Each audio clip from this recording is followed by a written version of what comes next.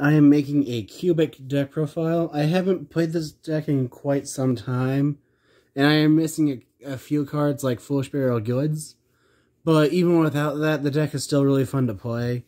So I figured I'd go ahead and make an updated deck profile on it, since the last one I made was, I don't even know how old without checking.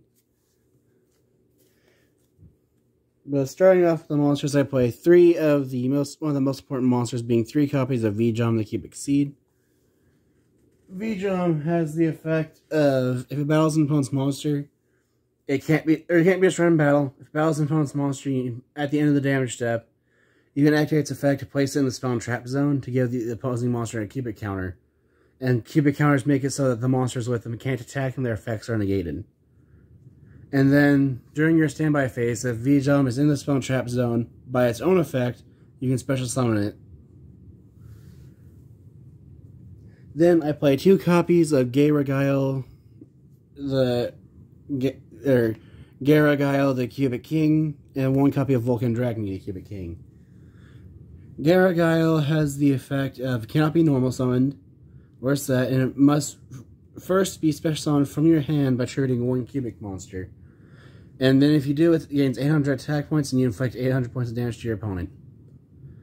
And then it can attack, and at the end of the damage step, if it battles an opponent's monster, you can tribute Garagile, summon 2 V-Jom the Cubic Seeds from your, graveyard? You can special summon up to 2 V-Jom the Cubic Seed from your graveyard, send this card to the graveyard, and if you do, special summon, or if you do special them, you can then add 1 copy of Vulcan Dragon the Cubic King from your deck to your hand. Vulcan Dragon has the effect of cannot be normal summoners that must first be special summoned from your hand by tributing 2 cubic monsters. And then it gains 1600 attack and you burn your opponent for 800. And then at the end of the damage step, if it battled a monster, you can special summon up to 3 V-Jom the Cubic Seed from your graveyard. And if you do, send this card to the graveyard to then search for 1 copy of Indior Doomvolt, the Cubic Emperor. Then I play 3 copies of the most important monster in the deck, being Duza the Meteor Cubic Vessel. Duza has the effect of, if it's normal or special summon, you can send a cubic card from your deck to the graveyard. Once per turn during either player's turn, if a monster was sent to the graveyard this turn, while this card is face up on your field, you can have this card gain 200 attack for each monster with a different name in your graveyard until the end of the turn. The most important part of this card's effect is just being able to send 1 of your copies of Cubic Karma to the grave. Because Cubic Karma has the grave effect of, you can banish it to then add any cubic monster from your deck to your hand. Then to finish off the start with the boss monsters of the deck, I misspoke, I apologize. I play 1 copy of Buster Gundle, the Cubic Behemoth, and 1 copy of Indior Doomvolt, the Cubic Emperor. Indior Doomvolt, the Cubic Emperor, has the effect of, it cannot be normal summoner set, must first be special summoned from your hand by attributing. You need 3 cubic monsters on your field to special summon it. You send them from your field to the graveyard, summon it from your hand, and if you do, it gains 2400 attack points and burn your opponent for 800. And then its other effect is, if this card is if this card in your possession is sent to the graveyard by opponent's card, either by battle or card effect, you can target up to 3 cubic monsters in your graveyard, special summon them. Then you can add 1 cubic card from your deck or graveyard to your hand. And then Buster Gundle, the Cubic Behemoth, cannot be normal summoner set, must first be special summoned from your hand by just sending 3 cubic monsters you control to the graveyard.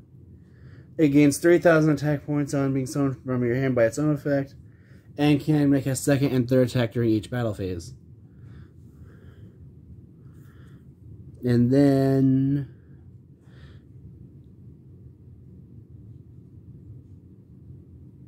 And then it has the same destruction effect as NDR Doomvolt, where if it gets destroyed by an opponent's card, either by battle or card effect, you can special summon 3 cubic monsters from your graveyard, and then add a cubic card from the deck or graveyard to your hand. Then for the second biggest boss monster of this deck that I play is 3 copies of Crimson Nova, the Dark Cubic Lord. Crimson Nova, the Dark Cubic Lord, is unaffected by your opponent's monster effects that have original attack at 3,000 or less.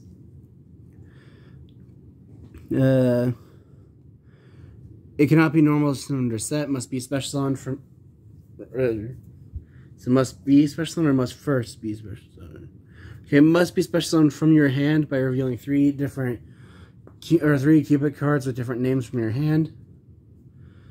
But it has the effect where during each end phase it burns both players for 3,000 points of damage. And then when this attacking card destroys an opponent's monster in battle, you can activate this effect. This card can make a second attack during this battle phase. And then you can only use the burn effect of Crimson Nova, the Dark Cubic Lord, once per turn. The only downside of this card is that this card not only has been known for OTKing, it's also been known for causing draws. Especially for me. Then I play the usual hand traps of 3 Effect Veiler, 3 Ash Blossom, and 3 copies of Infinite Impermanence. Moving on to these spells, I play 3 copies of Pot of Extravagance because the only extract monster I care about in this deck is Crimson Nova Trinity, the Dark Cubic Lord. Extravagance just has it so you banish 3 to 6 cards from your extra deck face down to then draw 1 card per 3 cards banished. And however you use this effect, you cannot draw cards for the rest, or draw cards by card effect for the rest of the turn. And it must be activated during your main phase 1. At the start of your main phase 1, I mean. It's one of the cards where you go draw phase, standby phase, main phase. This has to be the first thing you do, or you can't do it at all. Then I play 3 copies of Cubic Dharma. Dharma has the effect that you don't take battle damage from attacks involving your cubic monsters. So with this, you can have V-Jump actually attack into something. You won't take damage, V-Jump won't die, and then you can activate V-Jump's effect. But then it has 2 other effects where you can only activate. You can only use each of its effects once per turn. Where you can send 1 cubic card from your hand to the graveyard, and if you do, draw a card. And then you can banish this card from your graveyard, then target 1 cubic monster in your graveyard and add it to your hand. So Cubic Dharma, while being in the graveyard, also will let you recycle things like Crimson Nova, the Dark Cubic Lord, should you have 1 in your graveyard.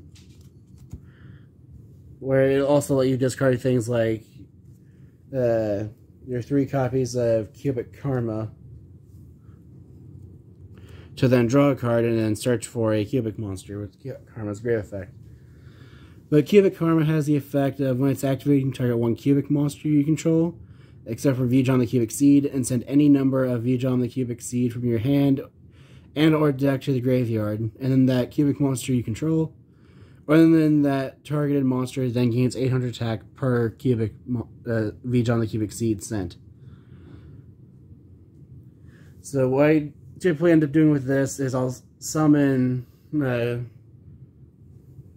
Crimson Nova, the Dark Cubic Lord, activate the Cubic Karma targeting Crimson Nova, send 3 V-Jumps, so its attack points will go from 3,000 to 54. But if Cubic Karma's in the graveyard, you can banish it to then add 1 cubic monster from your deck to your hand.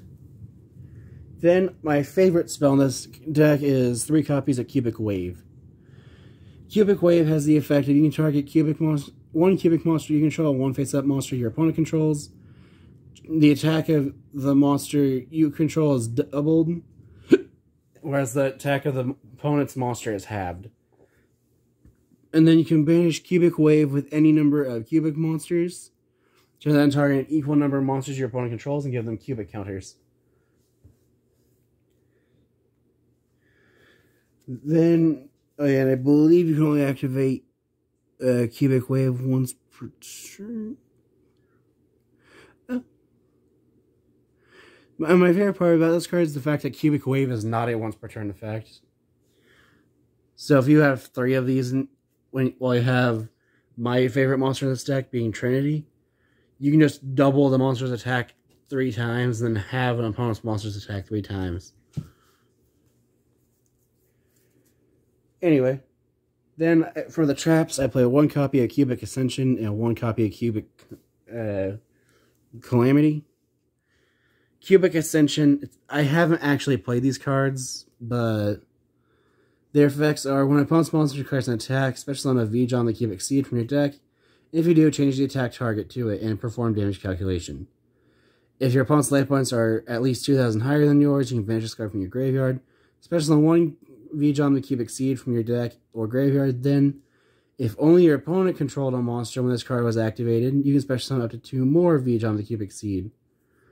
So I like this card because if you're falling behind, this can give you the Cubic Seeds you need to summon something like Indiar Doomvolt or Buster Gundil the Cubic Behemoth. And then Cubic Casualty has the effect of you can distribute a number of cubic counters on face-up monsters your opponent controls up to the number of cubic monsters you control.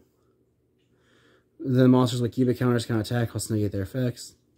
And then you can banish this card from your graveyard, then target 1 cubic monster you control. This turn, each time it destroys a monster by battle that has a cubic counter, inflict damage to your opponent equal to the original attack of that destroyed monster. You only use 1 cubic casualty per turn. But I like cubic casualty in this deck because as long as you have at least 1, you can put a cubic counter on something like Red Eyes Dark Dragoon or Destiny Hero Phoenix Enforcer. Because that's one of the things I like this card, because if this is set and can be activated, if I summon something like Buster Gundil or Indior Doomvolt, my opponent goes to chain just Destiny Hero Destroyer Phoenix Enforcer, I can actually use this, non-targeting, put a counter on Phoenix Enforcer, and Phoenix Enforcer will have its effects negated because of the cubic counter. And then, to finish off the deck, I play 3 copies of Unification of the Cubic Lords. This card lets you fusion summon a Crimson Nova Trinity. Or lets you fusion summon a Crimson Nova. I'm going to try that again.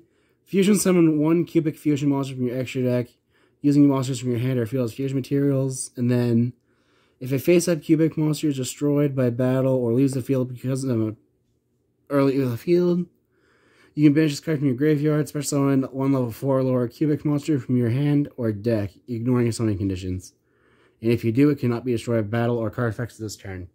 So I just like this card because it helps for if your opponent tries to OTK, because if they somehow get rid of Crimson Nova, then you can banish it, summon a, what was it? Duza, the Meteor Cubic Vessel. Send a cubic karma. Yeah, send a cubic karma to the grave, and then so your next turn you will be able to search, and you can't die because the dudes that cannot be destroyed in battle. But that is it for the main deck. So I apologize if I miss saying things because it's, like I said, it's been a couple of years since I last played Cubic. And I had yet to actually play with their newer cards, such like the Cubic Calamity and Cubic Ascension. Anyway, moving on to the extra deck monsters. The only one I really want to play in this is the 3 copies of Crimson Nova Trinity, the Dark Cubic Lord. I play 3 of it because of the Pot of Extravagance that I play. If I wasn't playing Extravagance, I'd probably only play the 1 Crimson Nova Trinity, because you're not really ever going to be summoning more than 1 Crimson Nova Trinity.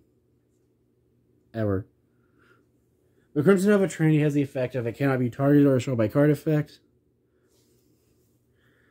Been a while since I last read it. It must be fusion summoned with the above materials and cannot be special summoned by other ways. Can't be targeted or destroyed by opponent's card effects. When this card declares an attack, for cost, you have your opponent's life points. And then, when this card destroys an opponent's monster at battle, you can activate its effect so you can make a second attack during this battle phase. And then if you take effect damage... And then it has the effect of where if you take effect damage, your opponent takes an equal amount. So, when I realized I could easily summon Crimson Nova Trinity, the Dark Cubic Lord, especially against things like Trickstar, I would easily make this at that point, because I absolutely hated decks like Trickstar that just will stall for time, and then as soon as time is called, then they'll use all their burn cards to stop you from being able to win. And that's why I think all Trickstar cards, even the bad ones, should be banned. Anyway, so the rest of the monsters, I play the one copy of Rhapsody and Berserk, just because of its once per turn, you can detach 2 materials, or you can detach or twice per turn, you can detach 1 material, target 1 card in your opponent's graveyard, and remove it from play. And then I play 1 copy of Dugar's the Timeless to either double the attack of one of my monsters, or let me draw 2, then discard 1, and then skip my next draw phase. Then I play 1 copy of number 82, Heartland Drago, just so I can make direct attacks. Then I play 3 copies of Abyss Dweller, just because grave decks do still exist, especially like some of the Punk Engine decks. This is to go against those. Because Dweller makes it so that just by using 1 material, all effects that activate in the graveyard have their effects are negated. So like, Plague Spreader can't summon itself back, Necroworld Banshee can't activate, or gets negated to activate Zombie World if you chain this to that. Because of how Necroworld Banshee will activate Engrave. Or the Jet Synchron being able to summon itself, things like that. Then I play 2 copies of number 106, Giant Hand.